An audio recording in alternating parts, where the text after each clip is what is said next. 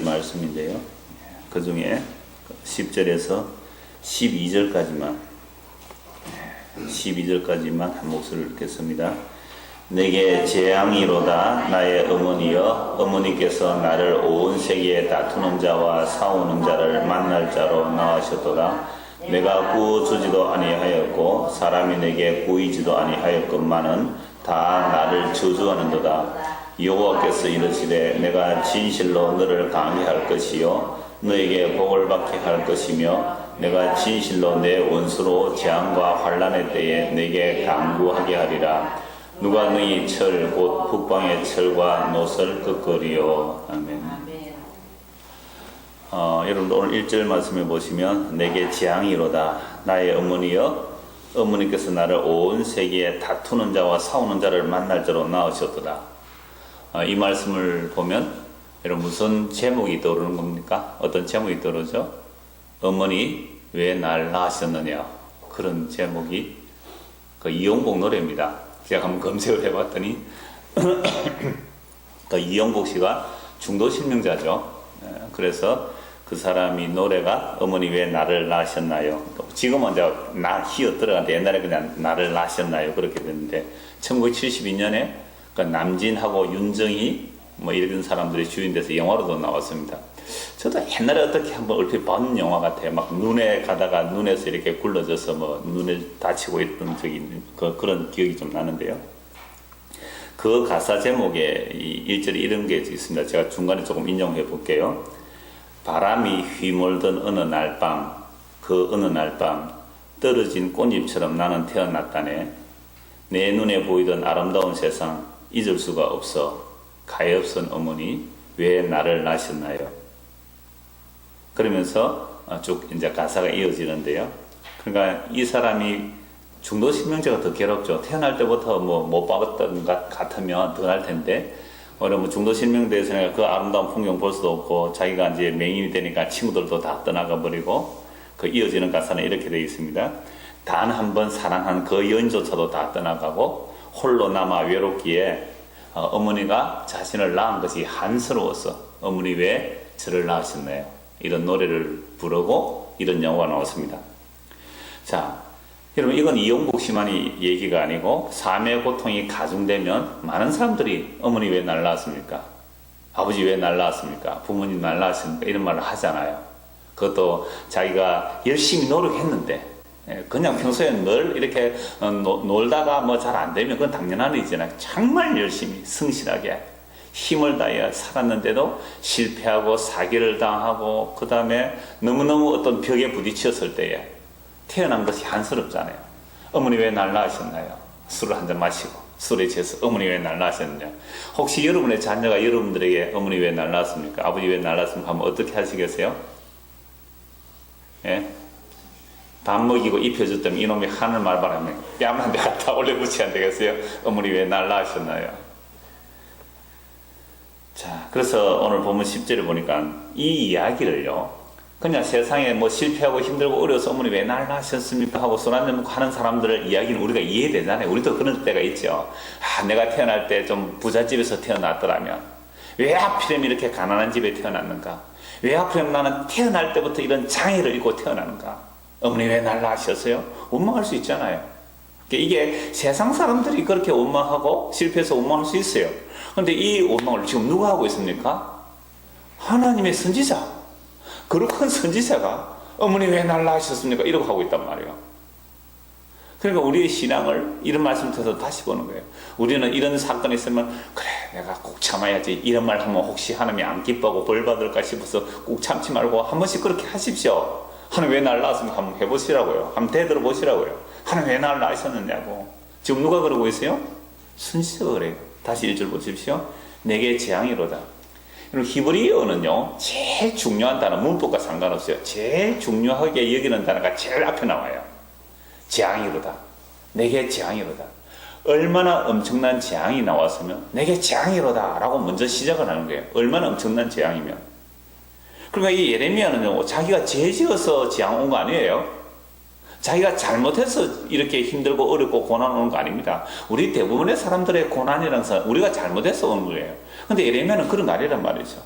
그러함에도 불구하고 자기의 재앙이 오니까 나의 어머니께서 나를 온 세계에 다투는 자와 싸우는 자를 만날 자로 나오셨다. 세상에 다툼하는 사람, 싸움하는 사람만 만나도록 나를 낳았다 이 말이죠. 내가 꾸어주지도 아니하였고 사람이 내게 꾸이지도 아니하였구만은 다 나를 저주하는 거다. 그러면 인간관계 속에서 원수되는 일이 제일 많은 경우가 어떤 경우예요? 돈을 꾸어줬는데 돈을 안 갚는다. 그죠? 돈을 꾸어줬는데 안 갚는다. 그건 원수되잖아요. 근데 저 사람 분명히 돈이 좀 있는데 내가 어려워서 빌려달라는데 안 빌려주는 사람, 없다고 안 빌려주는 사람, 그럼 어때요? 원수가 되잖아요. 근데 이 예레미야는 돈을 꾸어주거나 빌려주거나 뭐 이렇게 하는 그런 관계, 이해관계가 없는데도 모든 사람들이 예레미야를 저주하는 겁니다. 그러니까 예레미야 선지자가 얼마나 힘이 들었으면 내가 재앙이거든. 어머니 왜 날 낳으셨나요? 라고 말한단 말이죠. 이런 원망은 사실은 어머니가 문제가 아니죠. 이 예레미야를 만드신 거슬러 올라가면 하나님 때는 원망이잖아요. 어머니를 누가 만드셨어요? 하나님 만드셨잖아요. 그러니까 하나님 때는 원망입니다. 그래서 예레미야 1장 4절 한번 보십시오. 예레미야 1장 예레미야를 하나님께서 부르실 때 어떻게 불러내시는 걸 보면 됩니다. 예레미야 1장 4절 여호와의 말씀이 내게 임하니라 이르시되 내가 너를 모태에 짓기 전에 너를 알았고 네가 배에서 나오기 전에 너를 성별하였고 너를 여러 나라의 선지자로 세우노라 하시겠다. 그러니까 태어나기도 전에 모태에서 하나님께서 이 예레미야를 짓기도 전에 예레미야를 알았대요. 그러니까 이런 걸 우리 흔히 장세전에 그러잖아요. 하나님께서 예레미야가 태어나기도 전에 미리 아시고 그래서 예레미야를 태어나게 하시고 이렇게 자라게 하신 거죠. 그래서 이 예레미야 선지자로 세웠다. 하나님께서 너를 거룩하게 구별한 내가 너를 여러 선지자로 세웠다라고 하니까 예레미야가 이 하나님의 소명을 받는 장면이거든요. 그러니까 예레미야가 깜짝 놀래가지고 하는 말이 6절에 내가 이르되 슬프도소이다. 주 여호와여 보소서 나는 아이라 말할 줄 알지 못하나이다. 이건 뭐 정말 아이라서 말할 줄 모른다는 말이 아니라 선지자로서 하나님의 말씀을 감당하기에 부족하다 이 말이죠. 그러니까 선지자는 하나님의 말씀을 전해야 되는데 나는 어린아이가 돼서 하나님의 말씀을 전할 수 없습니다 라고 말합니다. 그래서 여호와가 또 말씀하시죠. 여호와께서 내게 이르시되 너는 아이라 말하지 말고 내가 너를 누구에게 보내든지 너는 가며 내가 네게 무엇을 명령하든지 너는 말할지니라. 그러니까 예레미야 사역 이거예요. 누구든지 내가 네게 보내면 너는 가야 된다. 심지어 왕에게도 가야 되고 그리고 외국에 가면 외국에도 가야 되고 누구에게도 보내면 가라. 가서 무슨 말을 해야 돼요? 내가 너희에게 무엇을 명령하든지 그 말을 전해라 이겁니다. 자기 말 하면 안 돼요. 선지자는 하나님의 말씀을 전해야 되는 겁니다. 오늘 목사도 마찬가지예요. 목사가 자기 야망과 자기 꿈을 성경에 빗대어가지고 전하면 안 돼요. 성경이 과연 무엇을 말하느냐 그걸 전해야 되는 거죠. 그래서 목사는 우편 배달부라 이렇게 말할 수도 있습니다. 제가 종종 예를 들 때 그렇게 전하잖아요. 옛날에 시골에 할머니들이 글을 몰라요. 할아버지 글을 잘 모르잖아요. 근데 아이가 저 월남전에 갔습니다. 근데 전사를 했어요. 전사 통지서를 가서 가져가면 글을 모르니까 우체부 아저씨 이거 좀 읽어주세요 그러잖아요. 그러면 이 우체부 아저씨가 마음이 약해가지고 차마 그 집 아들이 죽었다는 말을 못해서 그 편지를 당신 아들이 지금 무사히 잘 있습니다. 전공을 세우고 있습니다. 이렇게 읽어주면 안 되잖아요. 그죠? 아버지 어머니가 실신할지라도 사실을 사실대로 전해줘야 되는 거죠. 당신 아들이 월남전에서 이번에 총에 맞아 죽었습니다 라는 이야기를 해줘야 되는 거예요. 근데 그 사람 형편 봐가면서 요건 이렇게 말하면 저 어른이 너무 충격받을 거야 알리지 말자 그럴 수는 없다 이거죠. 선지자는 하나님께서 누구에게 보든지 가야 되며 내 말을 전해야 돼. 그게 선지자. 그러니까 이 예레미야는 알잖아요. 자기가 제사장이 아는데 그걸 모르겠어요. 그래서 난 감당할 수 없습니다. 하나님께서 하라 하시면 어떡해요? 할 수 없이 하는 거죠. 그러면서 8절 너는 그들 때문에 두려워하지 말라. 내가 너와 함께 하여 너를 구원하리라. 그러니까 가서 전해야 될 대상들이 너무 두려운 거죠. 그러나 하나님께서 내가 너와 함께 하겠다. 여호와의 말을 하시고 여호와께서 그의 손을 내밀어 내 입에 대시며 여호와께서 내게 이르시되 보라 내가 내 말을 네 입에 두었노라. 이사야 선지도 마찬가지잖아요. 제단 숯불을 찢으시고 내가 너를 보낸다. 예레미야에게 하나님께서 손을 그 입술에 대면서 내 말을 네 입에 넣어두었으니까 너는 가서 말해라. 그러면 가서 해야 할 일이 뭐냐라고 하는가 10절입니다. 보라 내가 오늘 너를 여러 나라와 여러 왕국에 세워 네가 그것들을 뽑고 파괴하며 파멸하고 넘어뜨리며 건설하고 심게 하였느니라 하시니라. 예레미야의 사역이 뭐예요? 가서 뽑고 파괴하며 파멸하고 넘어뜨리는 것. 그게 먼저 해야 돼요. 그 다음에 건설하고 심는 것인데, 근데 이 선지자가 하는 일들이 가서 뽑고 파괴하고 파멸하고 넘어뜨려야 되는 거예요. 그게 뭐냐라고 할 때, 우리가 이 땅에 태어나서 뽑히지 않기를 원하는 게 뭐예요? 그러니까 파괴하지 않고, 파괴되지 않고, 파멸되지 않고, 넘어뜨리지 않고 싶은 것들이 뭐냐 이 말입니다. 붙들고 싶고, 더 견고하게 건설하고 싶고, 더 세우고 싶은 것들이 뭡니까 우리에게? 내가 지금까지 평소에 이건 귀한 것이야, 이건 좋은 것이라고 차곡차곡 이렇게 무너지지 않게 사놓은 것들이 무엇이냐 이 말입니다. 물질일 수 있죠. 나의 물질 또는 명성일 수도 있습니다. 나의 어떤 학업의 업적일 수도 있는 거죠. 또 뭐 자신의 의가 될 수도 있습니다.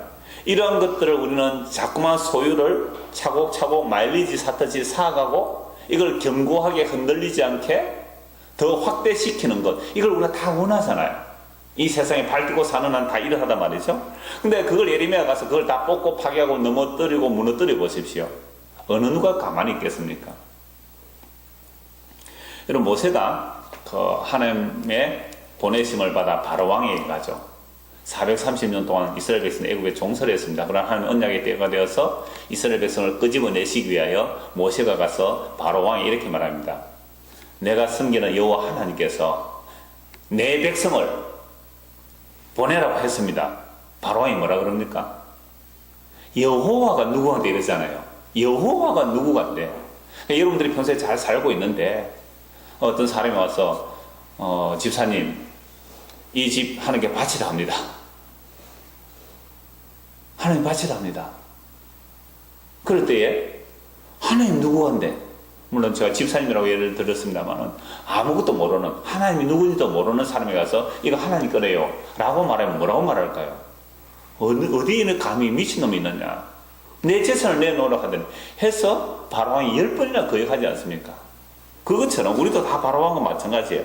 내가 평소에 좋다고 생각하는 것 차곡차곡 쌓고 또 건설하고 이렇게 높여 이렇게 세워놓은 그것들을 먼저 무너뜨리는 일을 먼저 하는 겁니다. 자, 그러니까 예레미야는요, 가서 말씀만 전하면 사람들이 어떻게 해요? 저 나쁜 놈, 저 미친 놈, 독불 장군, 다른 사람은 안 그런데 예레미야 저만 그런다고 얼마나 저주와 재앙을 퍼부어 대는지, 심지어 예레미야를 죽이려고 했잖아요. 몇 주 전에 봤죠? 예레미야를 죽이려고 합니다. 저놈을 죽여서 저놈의 입에서 나오는 말을 없애버리자. 하나님의 말을 없애버리자. 그래서 선지자를 통하여 나오는 하나님의 말씀이 얼마나 심했으면 그 말 전하는 선지자를 죽여버리려고 했을까요? 그 정도로 하나님의 말씀이 우리는 본능적으로 싫은 겁니다. 반면에 거짓 선지자는 어떻게 하시오? 여러분, 하나님께 정성을 바치십시오. 그러면 하나님께서 여러분들 복을 줄 겁니다 라는 이야기에 사람들이 환호하며 몰려가는 겁니다. 그리고 어제 저녁에 PD수첩 보셨나요? 보신 분 계세요? 한 번 보셨군요. 그 조영희 목사 이야기 나왔어요. 서울의 순복음교회. PD수첩 잘 알잖아요. 뭔가 파헤치는 일. 그래서 PD수첩 가서 파헤치는데 이건 이미 인터넷 다 알려진 거예요. 그 어마어마한 돈들을 자기의 뭐 아들 3명 그래서 그 아들끼리 알력이 있으니까 나중에 서로의 비밀들을, 그죠? 비밀들을 막 이렇게 들추어내기도 하고 국민일보 뭐 이렇게 하여튼 그 이야기들을 뭐 이런 세상에서 그냥 삼류 잡지 속에 나오는 그런 이야기들이 풍성하게 들어있습니다. 그 이야기를 보면. 자, 제가 그걸 보면서 어떤 장로가 하는 얘기를 들었어요. 우리 교회 교인들은, 그분은 물론 이제 잘려가지고, 반대하다 잘려가지고 나온 그런 사람들인데, 우리 교회 교인들은 시장 통해 어렵게 힘들게 장사하고, 뭐, 동대문 시장 이런 데서, 그 난전에서 그렇게 어렵게 장사하는 사람들이 많습니다. 근데 그 헌금을 가지고 이렇게 쓸 수 있느냐라는 말을 하는 사람도 있고, 또 어떤 장로는 이렇게도 해요. 아니, 목사가 고생해서 이렇게 크게 교회 개척해놨고, 뭐, 몇백억 정도 자식인데 준데 그게 뭔 대수냐? 이런 사람도 있고, 하여튼 이런 말들을 하는데, 제가 그 어떤 장로 한 말, 정말 힘들고 어렵게 일하면서 왜 돈을 과도하게 헌금을 했을까요? 왜 과도하게 헌금을 했을까요? 그러니까 돈이 막 수십만 명에서 돈이 막 몰려오니까 그 돈을 주체할 바가 없어서 그렇게 흥청망청 쓴 거 아닙니까? 그럼 왜 그렇게 그들이 헌금을 했느냐 말이에요. 정말로 주님을 사랑했을까요? 정말로 주님의 그 십자가 공로 은혜 감사해서 나는 정말 아무것도 없어도 괜찮습니다. 나는 주님만으로 만족합니다. 그런 마음으로 주님을 사랑해서 헌금해서 어떤 그런 일을 했을까요? 아니면 그렇게 헌금하면 복 받는다고 해서 그렇게 헌금을 많이 했을까요? 후자입니다. 그래서 삼박자 축복 얘기가 얼마나 많이 돌았습니까? 내 영혼이 잘 되면 범사가 될 테고 강건하기를 내가 강구하노라. 그럼 영혼이 잘 되는 일이 뭐예요? 하나님과 나의 관계가 잘 되는, 그러니까 하나님과 나의 관계가 잘 되는 뭐 해야 돼요? 하나님께 정성 바치고 기도하고 헌신하고 뭐 11조 출석 어떤 이런 이야기들 했잖아요. 그러니까 사람들이 그게 힘들고 부담스럽지만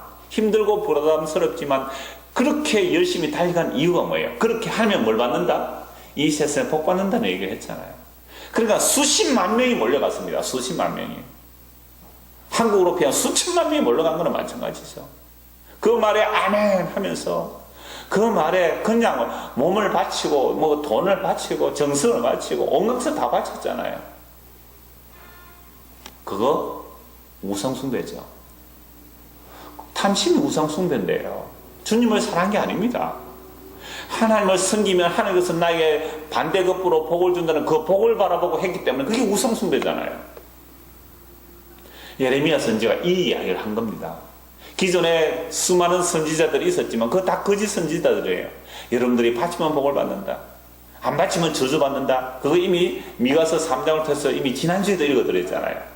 입에 뭔가 먹을 것을 채워주면 축복을 선언하고 입에 뭔가 안 채워주면 저주를 선언하는 그런 이사야, 예레미야, 에스겔, 다니엘 12소 선지 쭉 보십시오. 그런 이야기로 가득하거든요. 그러니까 예레미야는 하나님의 말씀을 전할 때 뭘 해야 됩니까? 뽑는 거죠. 파괴하고 무너뜨리는 겁니다. 우리가 기존에 가지고 있었던 그 종교적 색깔들, 종교적인 생각, 그 이론들, 그걸 무너뜨리니까 예레미야를 향하여 얼마나 사람들이 핍박을 가했는지 어머니 왜 날 낳으셨나요? 라고 할 정도의 탄식이 나오는 겁니다. 예레미야 20장 한번 보시죠. 예레미야 20장 7절입니다. 여호와여 주께서 나를 권유하심으로 내가 그 권유를 받아 싸우며 주께서 나보다 강하사 이기셨으므로 내가 조롱거리가 되니 사람마다 종일토록 나를 조롱하나이다. 예레미야 1장에서 하나님께서 예레미야를 처음 부를 때에 내가 너를 나의 선지자로 세우겠다니까 예레미야가 뭐라 그랬어요? 나는 사람들을 겁이 나서 못 가겠습니다. 말씀 바로 전하면 맞아 죽는 세상에서 내가 하나님 말씀 못 전하 어린아이에서 못 가겠습니다. 내가 너를 보낸다.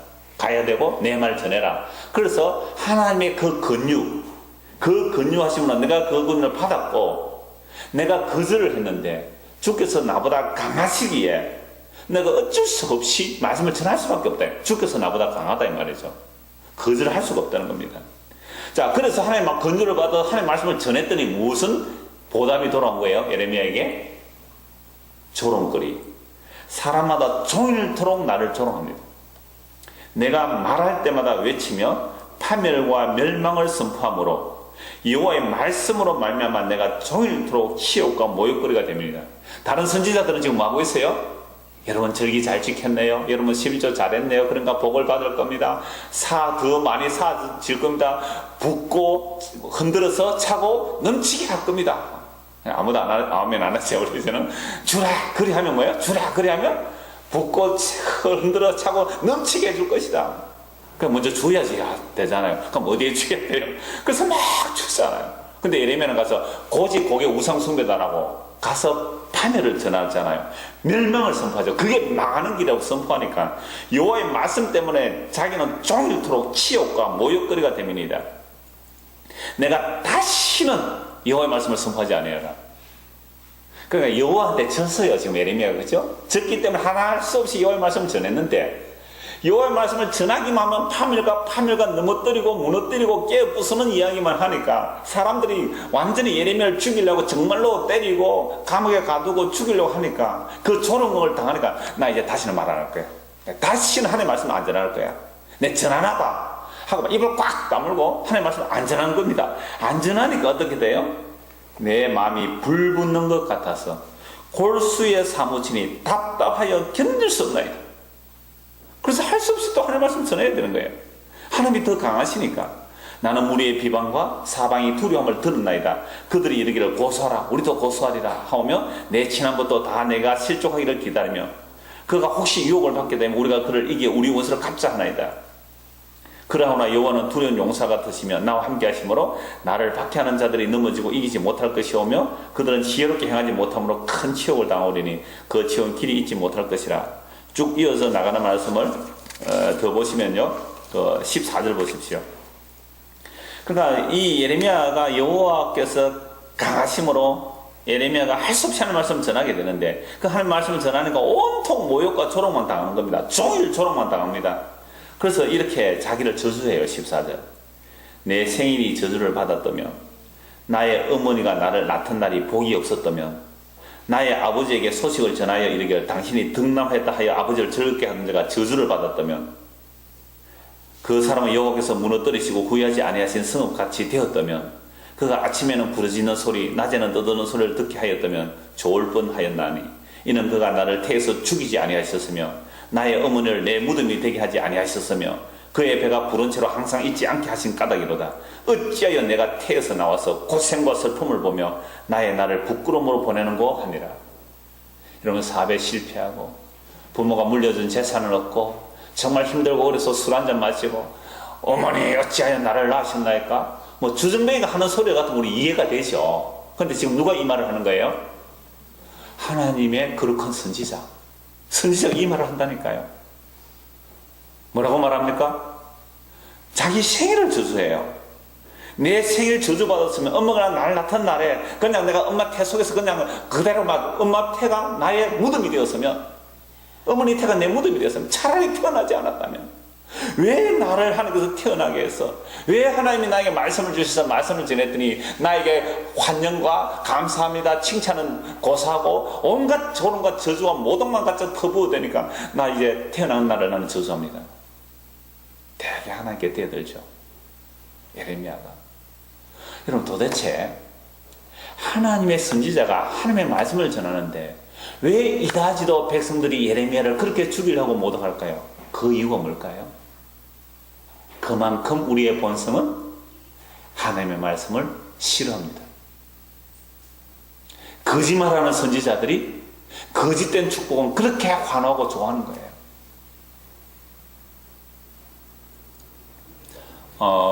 화요일하고 수요일 연달아 전화가 두 통 왔는데요.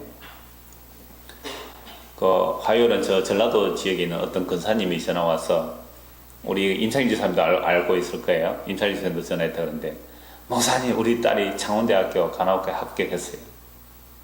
왜 거기서 창원대까지 보냈어요? 그러니까 목사님 교회 보내려고요 우리 딸을. 아시겠어요? 그러니까 창원대 오면 기숙사 가니까 기숙사 목사님 교회 4년 동안 목사님 설교 듣게 하기려고 그 창원대 학교 지원했어요. 그래서 합격했다고 아주 뭐 저한테 전화가 왔더라고요. 임지사님도 전화하고 했다 그러던데. 왜 웃으시죠? 오늘 또 전화 왔어요. 오늘 오후 2시쯤인가 전화 왔는데 대전에 사시는 어떤 아주머니인데 제가 언약을 따라서 그 책에 대한 이야기를 했더니 목사님 그 책 언제 나옵니까? 우리 애가 6월 달에 군에 가는데 그 전에 목사님 책을 사서 이 아이에게 좀 복음에 바른 신앙을 세워서 군에 보내고 싶습니다 라는 전화가 왔어요. 그래서 뭐 우선 내가 복사본으로 지금 만들고 있으니까 복사집에서 만들고 있으니까 그거 나오면 하나 보내드릴게요 했습니다. 그러면서 제가 한 말이 저에게 별거 없습니다. 다 뭐 사람 사는 동네 뭐 그 나물에 그 밥이고 별것 아닙니다 라고 하니까 대전에 사시는 분 그 얘기를 하세요. 목사님 저 세상 참 좋아하는 사람입니다. 세상에 유혹들이 얼마나 많고 그 길을 참 좋아하는 사람 맞아요. 그런데 설교 시간에는 말씀을 안 섞어야 되지 않습니까? 적어도 설교 시간에는만은 하나님의 말씀을 전해야 되는데 설교 시간에 세상의 복과 하나님의 복을 같이 섞어버린대요. 그게 싫다는 거예요. 그러니까 자기가 안 그래도 세상을 좋아하는 사람인데 교회 왔더니 설교 시간에도 세상에 복 받는 이야기를 하니까 그 유혹에 홀라당 넘어가지더란 말이에요. 자기가. 그래서 나는 그렇게 설교 안 하는 목사님 설교를 우리 아이도 들었으면 좋겠다는 그 얘기를 하셨어요. 그래서 제가 그 얘기했습니다. 그렇죠. 목사도 적당히 섞이면 참 좋을 것 같아요. 그죠? 하나님 잘 섬기면 뭐도 받고, 세상에서도 복도 받고, 하나님 잘 섬기면 어디요? 천국에 가도 상도 많이 받는다 그러면 여러분 얼마나 목사한테 잘하겠어요? 여러분 잘 못한다는 말은 아닙니다. 이래 말하니까 어떤 분이 목사님 교회 사람들 봉사를 잘 안 합니까? 그런데 아니요, 잘 하고 있습니다. 오해하지 마시고. 그러니까 지금 예레미야 선지자가 하나님의 말씀에 근유를 받아서 말씀을 전했더니 종일 조롱을 당하니까 아주 자기가 뭘 한다고요? 태어난 날을 저주하는 겁니다. 얼마나 사는 게 고통스러웠으면 내가 태어나는 날 뱃속에서 그냥 죽었으면 좋았겠다고. 왜 이렇게 날 태어나게 고생하느냐고. 이 이야기 들으니 누구 이야기가 또 생각나죠? 욥 생각나죠. 욥. 여러분 예레미야가 자기 죄져서 이렇게 고난받습니까? 아니에요. 뭘 하다가? 하나님의 말씀을 가감하지 않고 혼잡하게 하지 않고 하나님의 말씀을 섞지 아니하고 전했더니 사람들이 예레미야를 죽이려고 하니까 하나님 나 차라리 안 태어난 게 좋겠습니다 라고 자기 생일을 저주하는 거예요. 그리고 욥이 자기 잘못해서 그런 고난을 당합니까? 아니거든요. 괜히 하나님이 욥의 신앙을 자랑했어요. 그래 하나님의 천상회의가 열을 넣는데 그 천사들 앞에서 하나님께서 저 쭉 보니까 그 사탄도 써 있어요. 사탄 대적자예요. 그러니까 사탄은 니 어디 갔다 왔노? 예, 세상 이곳저곳 다 돌아봤습니다. 어디 갔는데 저 창원 땅에 갔다 왔는데요. 욥이라는 사람이 한 사람이 있습니다. 그 사람 믿음이 얼마나 좋더냐? 예, 하나님. 그 욥은요, 하나님께서 복을 주었으니까 하나님 사랑하지요. 그 재산 다 뺏어가 보세요. 하나님 저주할 겁니다. 그래, 그럼 재산 뺏어가봐. 재산 뺏어가도 욕 안 하죠, 욥이. 주신 이도 하나님이시오, 취하시는 하나님이라고 하나님 범죄 안 해요. 그래서 또 그 다음에 천상에게 열었을 때 또 대적자가 서 있죠. 니 어디 갔다 왔는데? 예, 저 창원 땅에 욥이라는 사람이 이따 갔다 왔습니다. 얼마나 믿음이 좋으냐? 그런데 하나님, 사람이요, 가족으로 가족을 바꾼다고요. 몸을 쳐보세요. 그럼 하나님 저주할 겁니다. 그래서 몸을 허락했죠. 생명 못 빼서 몸을 쳤습니다. 머리부터 발끝까지 완전히 다 악창이 났습니다. 하루아침에 재산 다 잃어버려. 자식 10명 죽어버리고. 그렇게 고통스러워하는 그 남편 마누라가 뭐라고 해요? 네가 믿는 하나님 욕하고 죽어라 이 인간하고 마누라도 도망가버리고. 그래도 욥은 범죄하지 않았습니다. 그런데 드디어 그 다음에 누가 왔죠? 친구 3명이 와서 돌아가면서 욥을 공격합니다. 네가 이렇게 저주와 재앙을 받는 것은 무엇 때문이다? 죄를 지었기 때문이다. 욥은 나 그런 죄 지은 적 없다. 이게 38절까지 나간다고요. 그러니까 이 3명의 말들 들어보십시오. 틀린 말 하나도 없습니다. 욥을 공격한 3사람의 말 논리적입니다. 인과율절이고요. 정말로 죄 없는 인간이 어디 있어요? 여자가 낳은 자 중에. 그 죄 없는 인간이 없는데 네가 죄 안 짓다는 말은 엉터리다 하며 공격하는데 그게 욥이 어떻게 할 말이 없는 거예요. 너희가 말하는 그런 죄, 그런 논리 나는 또 다 안다. 그런데 너희가 말하는 그런 죄 나 지은 적 없다. 라고 합니다. 그래서 3장에 와서 그 욥의 친구들의 그 공격 앞에서 하는 말이 이거예요. 나 차라리 태어나지 않았다면. 이 예레미야의 탄식과 욥의 탄식이 같아요. 몇 절만 제가 읽어드릴게요. 욥기 3장 1절에서 7절인데요. 그 후에 욥이 입을 열어 자기의 생일을 저주하냐. 똑같죠. 예레미야가 뭘 저주했어요? 자기 생일을 저주했잖아요.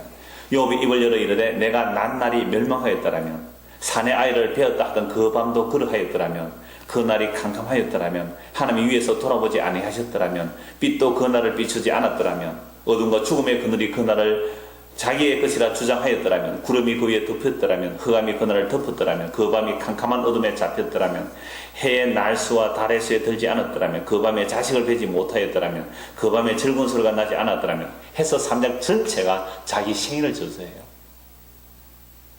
여러분 예레미야 선지자가 자기 태어난 날을 저주하고 내가 어머니 뱃속에서 차라리 죽었으면 좋겠다. 욥이 이렇게 나도 생일을 저주하고 정말 내가 태어나지 않았으면 좋겠다 할 정도로 뭐가 왔어요? 고통, 고난, 재앙, 핍박, 조롱, 멸시, 천대 덮쳤습니다. 자기 죄 때문인가요? 아니요. 예레미야는 하나님의 말씀을 전한 것 때문에 욥은 자기 죄가 아니었어요. 그러니까 제3의 이야기를 지금 하고 있는 거야, 성경에서. 단지 죄 짓기 때문에 너는 벌 받고, 너는 착한 일 때 복 받고, 그런 수준 낮은 얘기가 아니에요. 그런 이야기들을 교회에서 하니까 사람들이 단순하게 그 말 듣고 아멘 하면서 온갖 것이 충성한 것은 결국은 우상 숭배한 것이 주님을 사랑한 것이 아니란 말이죠. 예레미야 왜 이런 고난이 와요? 왜 이런 고난이 옵니까?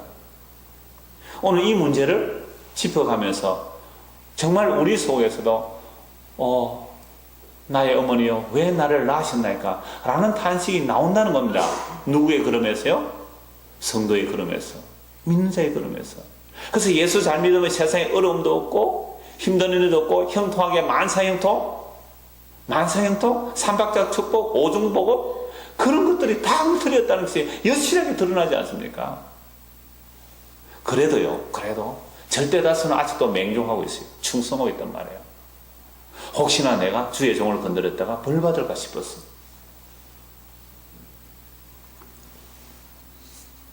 다시 본문을 보겠습니다. 15장 11절입니다.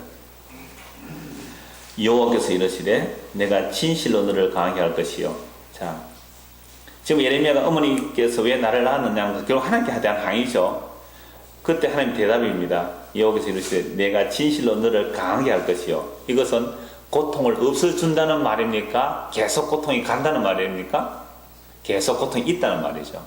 고통을 없애주는 것이 아니라 계속 고통이 있으니까 내가 너를 뭐 해주겠다? 강하게 해주겠다.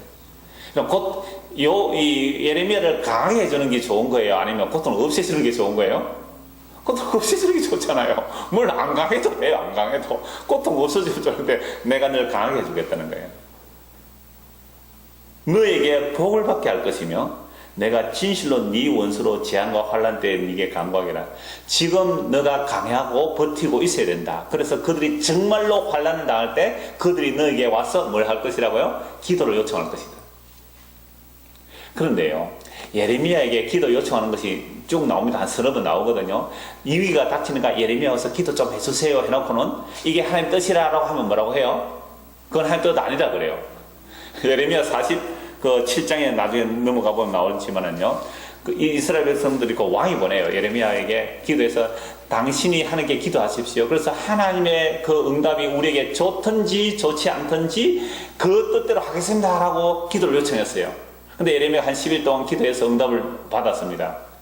애국으로 도망가지 말고 바벨론을 항복해라. 그러니까 뭐라 그래요? 자기들 원래 마음은 애국으로 피난 가는 거였잖아요. 그러니까 애국으로 도망가지 말고 바벨론 항복하니까 그거 하는 뜻 아니라 그랬어요.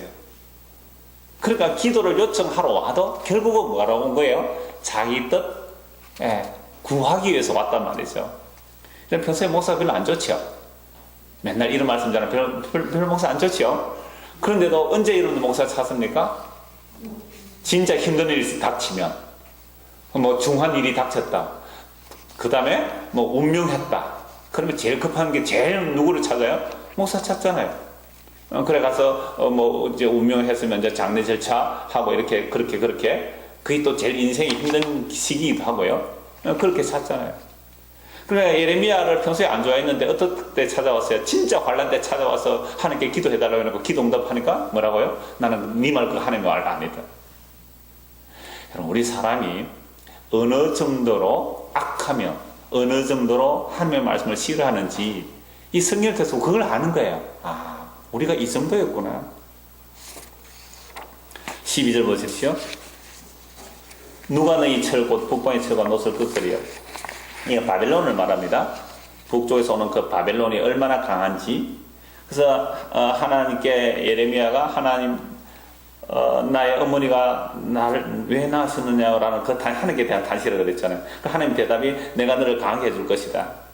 그리고 종말의 때와 환난 때 너에게 강구하게 할 것이다 라고 말씀을 하시고 12절에서 14절까지는 그 이스라엘 백성들이 당할 심판을 말씀하는 겁니다. 누가 너희 철 곧 북방의 철과 노을 끄끄리요. 그러나 네 모든 죄로 말미암아 네 국경 안의 모든 재산과 보물로 값없이 탈취를 당할 것이며 거짓 선지자는 어떻게 해준다 했어요? 너 재산이 늘어날 것이고 너 보물이 더욱더 많아질 것이다. 근데 예레미야는 늘 반대의 설교를 했죠. 그러니까 결국 예레미야 말대로 그렇게 포로 잡혀갈 것을 말씀합니다. 내 원수와 함께 네가 알지 못하는 땅에 이르게 하리니 이는 나의 진노의 맹렬한 불이 너희를 살해하니라. 그러니까 결국은 누구 말이 이루어지는 거죠? 예레미야의 말이 이루어지죠. 그러니까 오늘 우리는 누구 말이 이루어졌으면 좋겠어요? 예레미야의 말이 이루어지면 좋겠어요? 거짓 선지자의 말이 이루어지면 좋겠어요? 거짓 선지 말이 이루어지면 얼마나 좋겠어요? 근데 하나님이 자기 백성에게는 그걸 허락하지 않습니다. 제가 이런저런 사람들을 이렇게 만나보면요, 복음의 귀가 열린 사람들은, 복음이 그래도 귀에 들어온 사람들은요, 어떤 모양이든지 간에 이런저런 환난, 때로는 물질적인 문제, 또는 어떤 영적인 문제, 또는 어떤 마음의 문제, 또는 뭐 어떤 그런 환난들을 통해서 이 복음이 들리지. 그저 평소에 잘 먹고 잘 사고 편하고 아무 어려움 없고 또 그 사람이 추구하는 것도 그런 방향 같으면 복음이 절대로 안 들리게 돼 있더란 말이에요. 그래서 거짓 선지자의 말을 좋아하는 그들이 예레미야의 그 심판의 말처럼 이제 심판을 당할 것을 말씀하고 있습니다. 15절입니다. 여호와여 주께서 아시오니 원하건대 주는 나를 기억하시며 돌보시사 나를 박해하는 자에게 보복하시고 주의 오래 참으심으로 말미암아 나로 멸망하지 아니하게 하옵시며 주를 위해 내가 부끄러움을 당하는 줄 아시옵소서. 그 예레미야는 자기 죄 때문에 조롱당하는 게 아니고 하나님의 말씀 때문에 지금 조롱을 당하잖아요. 그래서 저들을 좀 보복해 주시고, 또 예레미야도 자기 의로 인해서 주께서 오래 참아달라고 하는 게 아닙니다. 주께서 오래 참음으로 나로 멸망치 않게 하소서. 예레미야 자신도 하나님 앞에 죄인이니까 주의 오래 참으심을 이렇게 간구합니다. 16절 만군의 여호와시여 나는 주의 이름으로 일컬음을 받는 자라. 내가 주의 말씀을 얻어먹어 사오니 주의 말씀은 내게 기쁨과 내 마음의 즐거움이오나. 그러니까 주의 말씀을 받아 먹으니까 그 말씀이 나에게 뭐라가 되죠? 기쁨이라는 거죠. 내 마음의 즐거움입니다. 그래서 이 말씀을 기뻐서 백성들에 가서 전했더니 백성들이 어떻게 하고요? 때려 죽이려고 덤벼드는 겁니다. 이게 모든 하나님의 선지자들의 공통점이에요. 나는 말씀을 듣고 너무 기뻐서 집사님 보세요. 이 말씀이 이러합니다 하니까 핍박을 하는 거죠. 여러분도 마찬가지예요. 정말로 복음의 내용이 무엇인지를 알고 그 말씀 내가 기뻐서 어떤 사람에 가서 전하잖아요. 그럼 어떻게 해요? 절대로 그 사람 만나지 마라. 다시는 저 인간 만나지 마라. 저 인간 이상한 교회 가서 이상하게 빠졌다. 나 다시는 저 인간 만나지 마라. 여러분 아마 복음자는 틀림없이 그런 반응 보일 거예요. 내 기쁨이나 17절 내가 기뻐하는 자의 모임 가운데 앉지 않으며 즐거워하지도 아니하고 주의 손에 붙들려 홀로 앉아 싸우니 이는 주께서 분노로 내게 채우셨음이니이다. 나의 고통이 계속하며 상처가 종하여 낫지 않으면 어찌 됨이니까 주께서는 내게 대하여 물이 말라서 속이는 시내 같으시리까. 하나님 날 속이는 것 같아요. 내가 하나님 말씀을 얻어먹어서 마음이 깊어서 말씀을 전했더니 그 대가가 뭐로 돌아온다고요? 조롱과 멸시와 핍박으로 돌아오니까 내가 하나님 말씀을 안 전하고 싶다는 거예요. 주께서 나에게 속이는 시내 같으니까. 이 속이는 시내라는 것은 이스라엘 지형이 비가 오면요 물이 와르르 흐르다가 비가 그치면요 물이 뚝 끊어져 버려요. 그러니까 강이 물이 흐르는 것이 아니라 비만 그치면, 그래서 비가 왔다 물이 있는 거 하고 그 강가에 가봤더니 물이 하나도 없는 거예요. 하나님이 마치 나를 속이는 거죠. 하나님께서 속이는 시내같이 왜 그렇게 합니까? 자, 이걸 좀 더 생생하게 세 번역을 한번 읽어드리겠습니다. 17절 18절만요. 저는 웃으며 떠들어대는 사람들과 함께 어울려 즐거워하지도 않습니다. 주님께서 채우신 분노를 가득 안은 채로 주님의 손에 붙들려 외롭게 앉아 있습니다. 어찌하여 저의 고통은 그치지 않습니까? 어찌하여 저의 상처는 낫지 않습니까? 주님께서는 흐르다가도 마르고 마르다고 흐르는 여름철의 시냇물처럼 도무지 믿을 수 없는 분이 되셨습니다. 하나님에 대해서 뭐하고 있어요 지금? 절망하고 있어요. 내가 하나님의 말씀을 얻어먹어서 마음의 기쁨으로 그 말씀을 전했더니 나에게 돌아오는 것은 조롱과 멸시와 천대뿐이다. 하나님 왜 이럽니까? 하나님 난 하나님 도저히 믿을 수가 없습니다. 라는 고통이 선지자들에게, 하나님의 말씀을 받아서 가감없이 말씀대로 전하는 선지자들의 공통점이었어요. 그런데 오늘날 이 땅의 현실은 주의 종이 되었다고, 하나님의 말씀 전한다고 온갖 영광과 찬사를 다 받고 있다. 전부 엉터리죠. 모든 사람이 너희를 칭찬하면 그게 악이라 그랬습니다.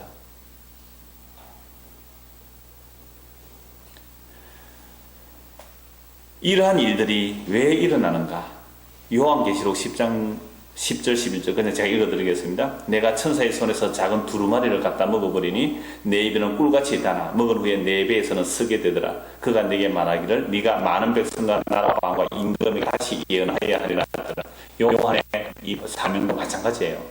예레미야나 요한이 마찬가지. 하나님 말씀을 받아 먹으니까 내 입에는 어때요? 아주 달았습니다. 말씀이 달았어요. 근데 내 배에서는요 쓰다. 배에서는 뭐가 되는 거예요? 소화되는 거죠. 말씀을 받아 먹고 그 말씀을 소화시켜 백성들에 가서 전했더니 그들은 어떻게 나에게 대접해요? 조롱과 모욕과 온갖 것을. 그게 선거죠. 그래서 19절 말씀 보십시오. 오늘 보면 19절. 여호와께서 이와 같이 말씀하시되 네가 만일 돌아오면 내가 너를 다시 이끌어 내 앞에 세울 것이며 네가 만일 헛된 것을 버리고 귀한 것을 말한다면 너는 나의 입이 될 것이라. 이게 뭔 말이죠? 지금 예레미야 선지자는 하나님 말씀을 전하니까 고통만 오니까 나 하나님 말씀을 안 전할래요. 하나님은 믿을 수가 없어요. 나 태어난 거 저주해요 라고 하니까 하나님께서 예레미야에게 뭐라고요? 네 그런 생각, 헛된 생각 그거 버리고 다시 나는 나에게 돌아와. 네가 가는 그 길이 맞다 이 말입니다.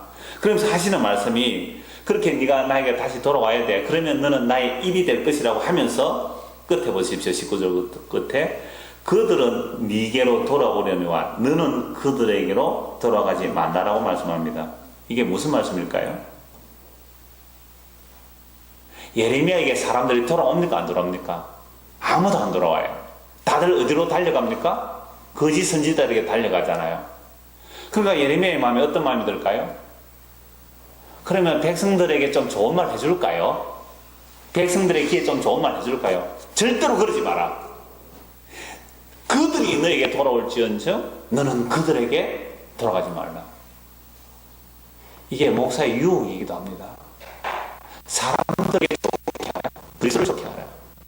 그리스도를 좋게 하면 사람들이 안 좋아해요. 사람을 좋게 하면 그리스도가 안 좋아하는 거예요. 우리가 신학교 다닐 때 선배 목사들이 그런 얘기를 많이 했어요. 이 강단이 하나님과 가까워지면 사람들과 멀어진대요. 강단의 설교를 말하는 거예요. 이 설교가 하나님과 가까워지면 사람들과 멀어진대요. 이 설교가 사람들과 가까워지면 누구하고 자동으로 멀어져요? 하나님과 멀어지는 거죠. 그러니까 예레미야 선지자고 이렇게 말합니다. 너는 그들에게로 가지 마라. 그들이 너에게 돌아올 때 너는 그들에게 가지 말라. 사람들의 비위 맞춰주지 마라. 사람들의 비위 맞춰주지 마라. 우리 전에 어떤 분이 그러셨어요. 그래서 교회 하도 요즘은 믹스 커피보다도 우아하게 원두 커피를 좋아해서 원두 커피 기계를 하나 더 줄까라는 이런 말을 했어요. 그래서 어떤 분이 그런 말씀하셨어요. 목사님 그러시면 안 됩니다. 그러지 마세요. 제가 그 말 듣고 깊이 있는 말씀이다. 그죠? 사람들이 교회에 와서 뭘 요구하는지 아세요? 이것저것 많이 요구를 해요. 이것저것 많이 요구를 한단 말이에요. 물론 할 수 있으면 하는 게 좋죠. 형편되면 원두커피도 넣어주면 좋고 카페처럼 잘 꾸미도 좋잖아요. 그런데 정말 중요한 것은 그런 데 관심 가지지 말고 뭐예요? 하나님의 말씀이 어떤가에 더 관심 가져야 돼요. 사람들의 비위 맞추려고 하지 말고. 그 예레미야 보고 저는 오늘 이 말씀이 저에게 주신 말씀이에요. 너는 그들에게 가지 말고 그들이 예레미야에게 너는 그들에게 가지 말고 그들이 너에게 돌아올지언정. 말씀을 가감하지 말아야 되죠. 말씀을 사람들 귀에 듣기 좋도록 그렇게 사람을 기쁘게 하면 그리스도인이 아니라고 바울이 그랬잖아요. 그래서 여러분들이 저를 위해서 늘 기도해 주셔야 돼요. 복음을 어떻게 전하도록? 담대하게. 왜 복음을 담대하게 전해야 돼요? 복음 전하는 사람들 욕하니까. 예레미야처럼 욕을 먹으니까.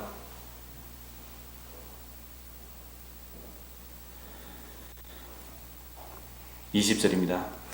내가 너로 이 백성 앞에 견고한 노선벽이 되게 하리니 그들이 너를 칠지라도 이기지 못할 것은 내가 너와 함께하여 너를 구하여 건집니다. 여호와의 말씀이니라. 내가 너를 악한 자의 손에서 건지며 무서운 자의 손에서 구원하리라. 그러니까 지금 예레미야 선지자를 보고 하나님께서 하시는 말씀이 그런 고통을 없애준다는 말씀이 아니라 아무리 그들이 대적해도 내가 너를 든든하게 노순병까지 내가 너를 붙들 테니까 그래서 내가 너를 구하고 건지고 여호와의 말씀이 그걸 하니까 무수하지 마라. 두려워하지 말라. 담대히 말씀을 전하라는 겁니다. 그래서 선지자가 하나님의 말씀을 바로 선포하는데 얼마나 많은 핍박이 심한지 정말 내 생일이 저주받았더라면 내가 태어나지 않았다면 그런 탄식을 합니다. 근데 이런 단식들이 바로 하나님의 말씀을 얼마나 싫어하는가의 반증이에요. 그래서 예루살렘에 예레미야 이 말씀 전했을 때 예루살렘에서 얼마나 그들을 핍박했습니까? 여러분 스데반 집사님이 그 성령과 지혜가 충만하여 하나님의 말씀을 전하죠. 예수 그리스도를 전한단 말이죠. 성전이 아니라 예수 그리스도라고 전했을 때 사람들이 길을 막고 이를 갈며 돌로 쳐 죽였습니다. 여러분, 성령과 지혜가 충만한 스데반 집사님이 설교를 했더니 돌에 맞아 죽었어요. 근데 어느 날 성령 충만하다고 막 설교하니까 사람이 수십만 명이 몰려들었어요. 누가 옳은 거예요? 너무나 분명하지 않습니까? 그러면 예레미야, 욥, 스데반, 성경의 모든 이런 선지자들은 왜 이렇게 되었을까요? 아까 그랬잖아요. 하나님께서 예레미야를 내가 너를 태에 짓기 전에 내가 너를 불러 세웠다. 내 말을 너의 입에 두었다. 그리고 너는 내 말을 전해라. 라는 그 예레미야가 바로 그리스도의 영에 의해서 그렇게 되는 겁니다. 베드로서 1장 9절에서 12절 말씀 읽어드리겠습니다. 믿음의 결국 곧 영혼의 구원을 받음이라. 이 구원에 대하여는 너희에게 임할 은혜를 예언하던 선지자들이 연구하고 부지런히 살펴서 자기 속에 계신 그리스도의 영이 그 받으실 고난과 부여받으실 영광을 미리 정하여 누구를 또한 어떠한 데를 지시하는지 상고합니다. 이 섬긴 바가 자기를 위한 것이 아니요 너희를 위한 것임이 계시로 알게 되었으니 이것은 하늘로부터 보내신 성령을 힘입어 복음을 전하는 자들로 이제 너희에게 알린 것이요 천사들도 살펴보기를 원하는 것이라. 구약의 모든 선지자들이 성경을 부지런히 연구하고 살폈어요. 무엇으로? 그리스도의 영으로. 그리스도의 영으로 성경을 쭉 부지런히 연구하고 살핀 사람 중 한 사람이 예레미야잖아요. 살폈더니 그리스도가 뭘 당하는 걸 알아요? 고난 당하는 걸. 다윗도 선지자입니다. 예수 그리스도의 고난 당함을. 모든 구약의 선지자들이 그리스도가 고난 당하고 그래서 죽임을 당하고 부활하시고 그 이야기들을 다 예언해놨고 지금도 그리스도의 영에 의하여 복음 전하는 자들이 한 이야기가 이 이야기라 이 말이죠. 그래서 선지자들과 사도들이 왜 핍박을 받았습니까? 그리스도의 영이 임하였기에 그러합니다. 그리스도의 영이 임한 자들은 그리스도의 말씀만 전합니다. 그리스도의 말씀은 결코 세상에 환영하는 말씀이 아닙니다. 요한복음 15장 18절에서 20절입니다. 세상이 너희를 미워하면 너희보다 먼저 나를 미워한 줄 알라.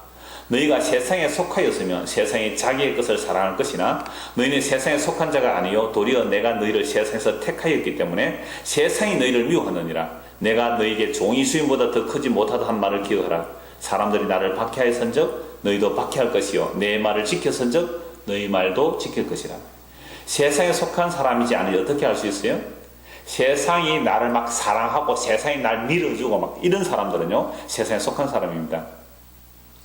그런데 세상에서 택함을 입은 자는 세상에서 미움을 받고 박해를 받게 되어 있습니다. 이것이 바로 선지자들과 사도들이 갔던 걸음입니다. 이게 모든 믿는 자들의 길입니다. 예수님께서 이 길을 가셨잖아요.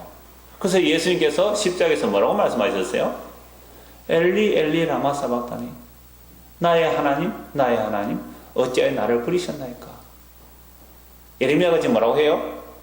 우리 어머니는 왜 나를 낳으셨나요? 이 말과 뭐 다를 바 있어요? 나의 하나님 나의 왜 나를 버리셨나이까 이 말씀하고 나의 어머니 왜 나를 낳으셨나 이거 무슨 차이가 나느냐 말이에요.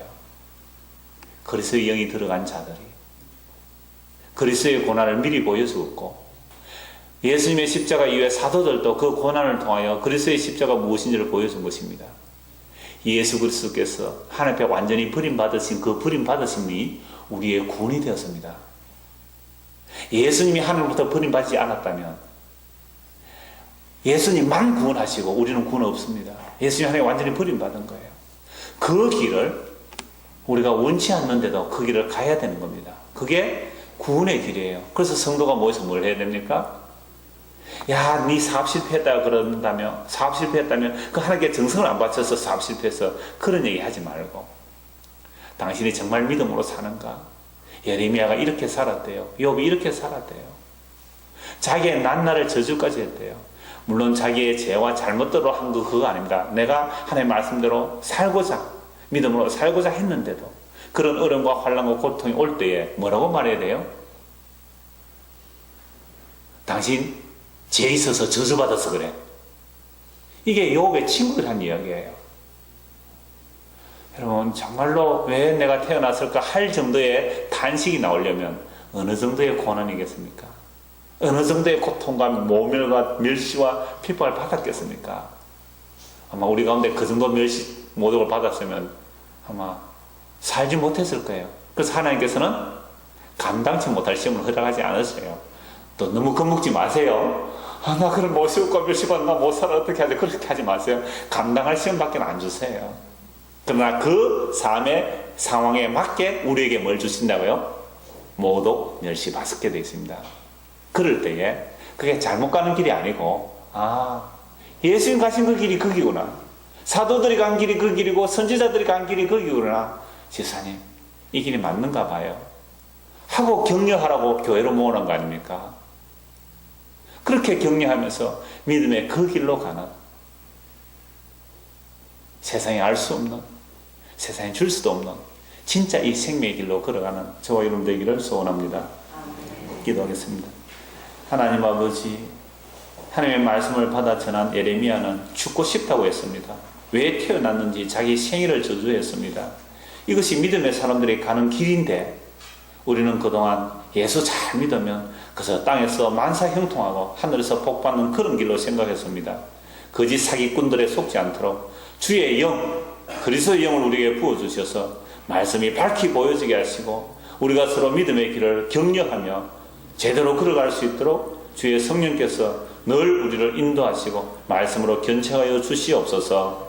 이래 우리가 한 몸으로 부름을 받아 싸우니 서로 격려하면서 이 믿음의 걸음들을 주님 오시는 그날까지 잘 걸어갈 수 있도록 은혜를 다하여 주시옵소서. 예수 그리스도 이름 받들어 기도드리옵나이다. 아멘. 찬송가 457장.